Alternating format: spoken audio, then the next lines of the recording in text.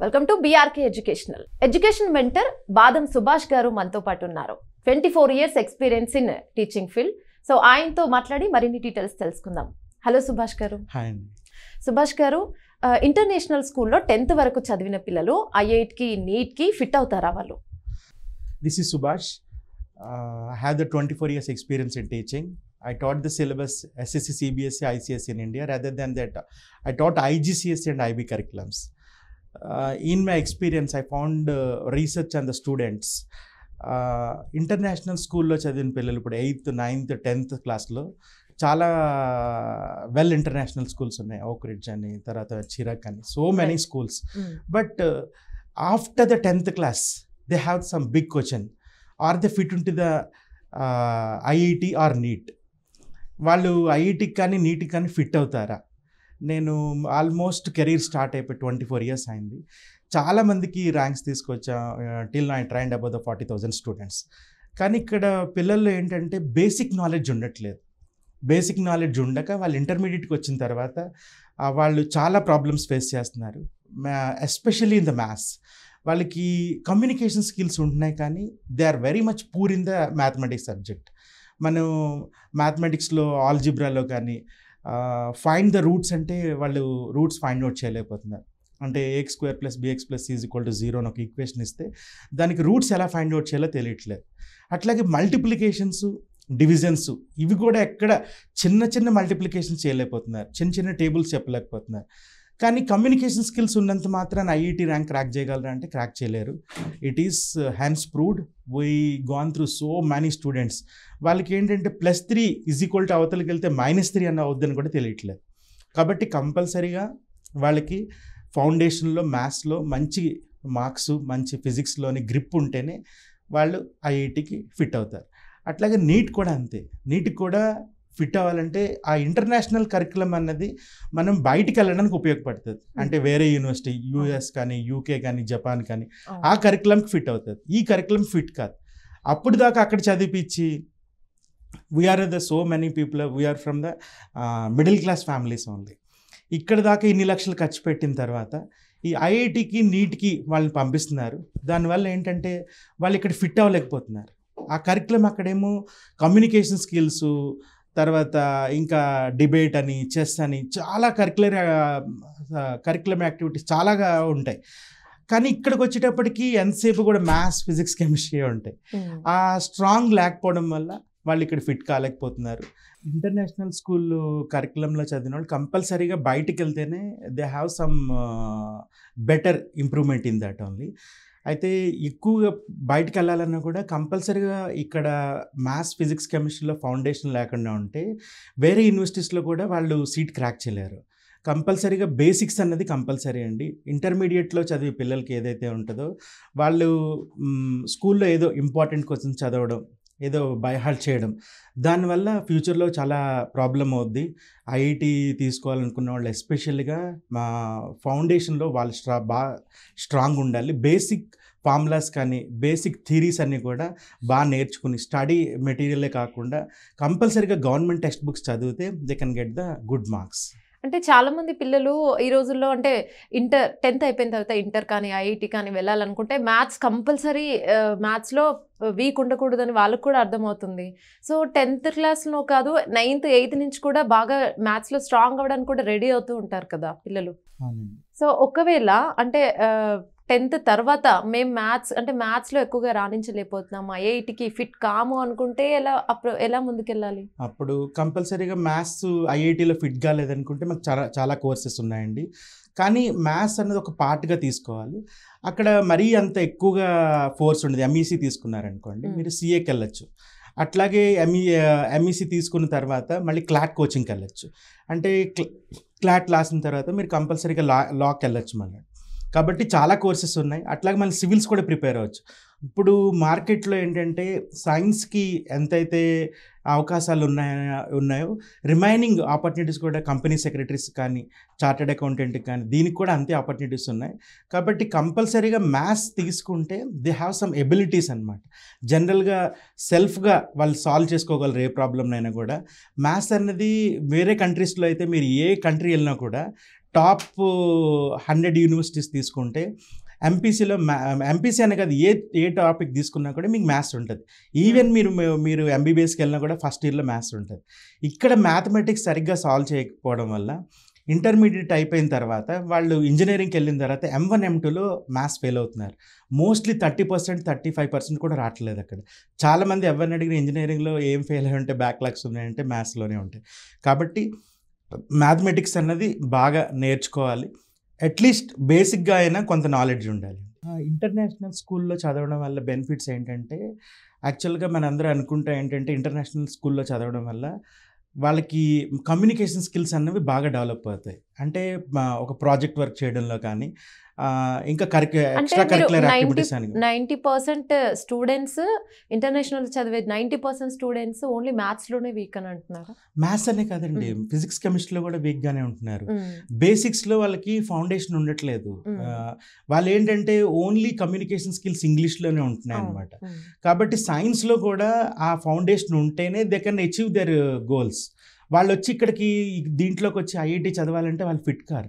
ఎందుకంటే 8th, 9th, 10th క్లాస్లో at least foundation course కానీ చదివితేనే ఇక్కడ ఐఐటీలో కానీ నీట్లో కానీ వస్తుంది. ఆ కరికులం వేరు, ఈ కరికులం వేరు.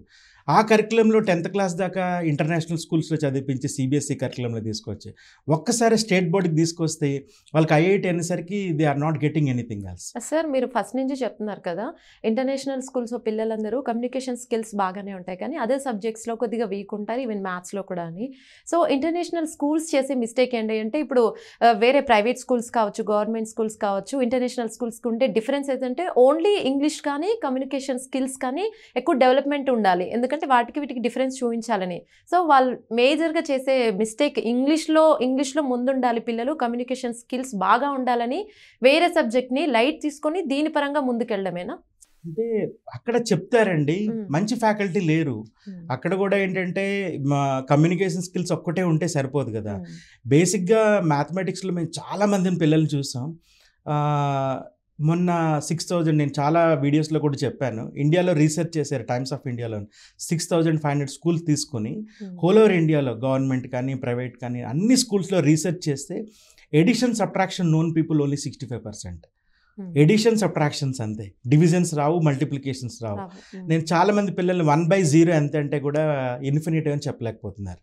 ఇప్పుడు నేను బోర్డు మీద మొన్న 6 months బ్యాక్ ఒక కాలేజ్లో 3/4 అని రాశా. 4 అన్నది భాగాహారంలో ఎక్కడేలో తెలియట్లేదు పిల్లలకి, 3 ఎక్కడేలో 4 ఎక్కడేలో తెలియట్లేదు. అవి బేసిక్ కాన్సెప్ట్స్. ఇవేమి బేసిక్ కాన్సెప్ట్ నేర్పించకుండా 8th, 9th, 10thలో ప్రతి స్కూల్లోనే చేసే మిస్టేక్ ఏంటంటే 9th అయిపోయిన తర్వాత 9th క్లాస్ సిలబస్ చెప్పట్లేదు. 9th క్లాస్ సిలబస్ చెప్పకుండా 10th క్లాస్ మొదలు పెట్టేస్తున్నారు ఎప్పుడో నవంబర్ నుంచి. వాళ్ళకి ఇంపార్టెంట్ క్వశ్చన్స్ అవే బట్టి పట్టేస్తున్నారు. అంటే వాళ్ళు 9th, 8th మ్యాథ్స్లో ఎన్ని మార్క్స్ వచ్చినాయని లైట్ తీసుకొని 10thలో మాత్రం మార్క్స్ వస్తున్నాయి. 10thలో మార్క్స్ రావడం వల్ల ఉపయోగం లేదు కదా వాళ్ళకి. నేను నిన్న కూడా మన నారాయణ కాలేజ్లో ఒక పాప చదువుతుంది, ఆ అమ్మాయిని నేను అడిగాను, ఆల్జీబ్రాలో నువ్వు ఏం సాల్వ్ చేసావమ్మా అంటే, ఆల్జీబ్రానా అట్లాగే బేసిక్గా కాన్సెప్ట్ కూడా చెప్పలేకపోతుంది అమ్మాయి. ఇప్పుడు రూట్స్ ఉంటాయమ్మా, రూట్స్ ఎలా ఫైండ్ అవుట్ చేస్తావు అంటే చెప్పలేకపోతుంది. సరే అట్లా కాదు 1/2 + 3/4 ఎల్సిఎం ఎలా చేస్తావు అంటే చెప్పలేకపోతుంది. ఇవన్నీ కామన్ థింగ్స్. ఒక రేషనల్ నెంబర్ అంటే ఏంటి తెలీదు, ఇర్రేషనల్ నెంబర్ అంటే తెలీదు. మరి వీళ్ళందరూ ఐఐటి ఫౌండేషన్లోనే చదువుతున్నారు. మరి ఏం చేస్తున్నారంటే, ఇక్కడ టీచర్ కూడా వాళ్ళకి అర్థమయ్యేటట్టుగా చెప్పాలి. At the same time so many teachers కూడా ఇన్నోవేటివ్గా చెప్పట్లేదు పిల్లలకు కూడా. మనం కూడా చాలా నేర్చుకుని వాళ్ళకి ఇన్నోవేటివ్, ఇప్పుడు మ్యాథ్స్ అంటే అర్థం కాదు, ఆ ఒపీనియన్ అనేది పోవాలి. కాబట్టి పిల్లలకి ఇంట్రెస్టింగ్. ఇప్పుడు ట్రిగ్నోమెంట్రీ స్టార్ట్ చేశానండి. ట్రిగ్నోమెంట్రీ అంటే ట్రిగ్నోమెంట్రీ సైన్ థీటా కాస్ థీటా. అసలు థీటా అంటే ఏంటి చెప్పాలి పిల్లోడికి, రే అంటే ఏంటో చెప్పాలి, ఎక్స్ యాక్సిస్ అంటే ఏంటో చెప్పాలి, వై యాక్సిస్ అంటే చెప్పాలి. ఇవేం చెప్పకుండా ఓన్లీ ట్రిగ్నోమెంట్రీ చెప్పేసి అందులో sine theta cos theta, sine square theta plus cos square theta 1 ఈ ఫార్ములాలు దీనికి అప్లై చేయండి అంతే. వాడికి అర్థం కాలేదు, ఏమీ అర్థం కాదు. అక్కడ పిల్లోడికి లైవ్గా మనం ఒక డయాగ్రామ్ తీసుకుని అసలు where we can use the ట్రిగ్నోమెట్రీని మనం డైలీ లైఫ్లో ఎక్కడ వాడతాం. ఇప్పుడు ఒక బండి ఒక స్లోప్ తీసుకుని పైకి ఎక్కిస్తున్నాం మనం, ఈ స్లోప్ ఇది స్లాంట్ అది తెలియాలి, ఇక్కడ యాంగిల్ అని చెప్పాలి. ఆ విధానం అనేది పిల్లోడికి ఇంట్రెస్ట్ మనం క్రియేట్ చేయాలి. అట్లాగే టీచర్ కూడా నేర్చుకోవాలి. ప్రాక్టికల్స్ అనేవి లేకపోవడం వల్ల ఈ మిస్టేక్ జరుగుతుంది అనుకోవచ్చా? ఎగ్జాక్ట్లీ అండి. ఫిజిక్స్ కెమిస్ట్రీ ప్రాక్టికల్స్ ఏ కాలేజ్లోనే ఉండవండి. మీరు కార్పొరేట్ కాలేజ్ అని చెప్పుకుని ఏ కాలేజ్లోనూ కూడా ప్రాక్టికల్స్ ఉండవు. ఫస్ట్ ఆఫ్ ఆల్ జూన్ నుంచి కూడా వాళ్ళకి ఐపీ చెప్పరు. ఇక్కడేమో బేసిక్ ఫౌండేషన్ లేదు, అక్కడ ఐఐటి చెప్తూ ఉంటారు. వాడికి ఏం అర్థం కాదు. లాస్ట్ 1 month సిలబస్ చదివిపిస్తారు. లాస్ట్ 1 monthలో ఏం అర్థమవుతుందండి వాడికి? మొత్తం పట్టిచ్చేస్తారు. లాస్ట్లోనేమో లాస్ట్ 1 month చెప్తారు సిలబస్, ఐపీ సిలబస్. అక్కడ ఐపీలో కూడా మార్క్స్ రావట్లేదు. ఇన్ని లక్షలు ఖర్చు పెట్టి స్కూల్లో జాయిన్ చేసిన తర్వాత 2 lakhs అని 2.5 lakhs అని ఐఐటి కట్టించిన తర్వాత వీడికి ఐపీలో మార్క్స్ రావట్లేదు, ఐఐటీలో మార్క్స్ రావట్లేదు. ముందు వాడు ఎక్కడి దాకా నేర్చుకున్నాడు, అక్కడి నుంచి మనం స్టార్ట్ చేయాలి. కానీ అట్లా అంటే మనం చాలా చూస్తున్నాం కదా సార్, ప్రతి ఒక్క ప్రైవేట్ స్కూల్ కానీ వాళ్ళు స్కోర్ చేయాలని పట్టిస్తున్నారు. ఇందులో పేరెంట్స్ మిస్టేక్ కూడా ఉంటుంది కదా. ఎగ్జాక్ట్లీ అండి, పేరెంట్ మిస్టేక్ కూడా. ఇప్పుడు కార్పొరేట్ కాలేజ్ ఉంది, అందులో 60 మంది 80 మంది ఉంటారు. ఆ 80 మంది దగ్గర ఇప్పుడు పిల్లోడు ఏం క్వశ్చన్ అడుగుతాడు? 80 members 90 members ఉన్న దాంట్లో ఏం క్వశ్చన్ అడుగుతాడు? వాడికి ఏం అర్థమవుతుంది? వాళ్ళు పేరెంట్స్ కూడా సపోర్ట్ చేస్తూ ఉంటారు. పిల్లోడు మొబైల్ తీసుకురాకూడదని మేము వార్న్ చేస్తాం. వాడు కాలేజీకి మొబైల్ తీసుకొస్తాడు. ఇవన్నీ కూడా పేరెంట్ కూడా వాళ్ళు కంపల్సరీగా ఇంటికి వచ్చిన తర్వాత వాడు హోంవర్క్ చేసాడా లేదా, అసలు ఏం చేస్తున్నాడు, అసలు ఇంటికి బయటికి కాలేజ్ అయిన తర్వాత ఇంటికి వస్తున్నాడా లేదా కంపల్సరీ మనం చూడాలి. That is the peer group. ఆ టైంలో ఫ్రెండ్స్ చాలా ఎక్కువగా ఉంటాయి. లైఫ్లో మనం సెట్ కావాలంటే +1 +2 ఇంటర్మీడియట్ 2 years, బీటెక్ 4 years. ఈ 6 years ఎవరైతే బాగా హార్డ్ వర్క్ చేసి ఇంకా అదే కాన్సన్ట్రేషన్లో ఉండి లెర్న్ చేసుకుంటారో they can get achieve in the remaining 40 years. Next ఏదైతే 40 years ఉంటే దాంట్లో సక్సెస్ వస్తుంది. మనం చూస్తూనే ఉన్నాం సార్, ప్రైవేట్ స్కూల్స్ పిల్లలందరూ మాకు ప్రెషర్ ఎక్కువ అవుతుందని కొంతమంది స్టూడెంట్స్ ఏమో సూసైడ్ చేసుకుంటున్నారు. కొంతమంది ఏమో అసలు ఆల్జిబ్రాస్ ఏంటో తెలియట్లేదు, లోక జ్ఞానం ఉండట్లేదు, జస్ట్ స్కూల్ నుంచి ఎక్కువ స్కోర్ చేపిస్తున్నారు, బయటపడుతున్నాం. చాలా అంటే ఈ రోజుల్లో అయితే చాలా వింతగా జరుగుతున్నాయి ప్రైవేట్ స్కూల్స్ వల్ల. ప్రెషర్ అంటే స్కూల్లో మేము స్కూల్ పిల్లోడికి అంత టైమింగ్ అన్నది it is not a right way. మీరు చదువుకున్న టైంలో కూడా మార్నింగ్ 8 o'clock వెళ్ళి 8 o'clock దాకా ఉన్నారా? 10 to 5 ఉండేది. ఎప్పుడైనా 10 to 5. ఈరోజు మార్నింగ్ 8 o'clock వెళ్ళి మనమేమో ఆఫీస్కి వెళ్ళిపోతున్నాం అని చెప్పేసి వాళ్ళని సాయంత్రం 8 దాకా కూర్చోబెడితే ఒక క్రికెట్ లేదు, ఒక ఆటలు లేవు, పాటలు లేదు, ఏదీ లేదు.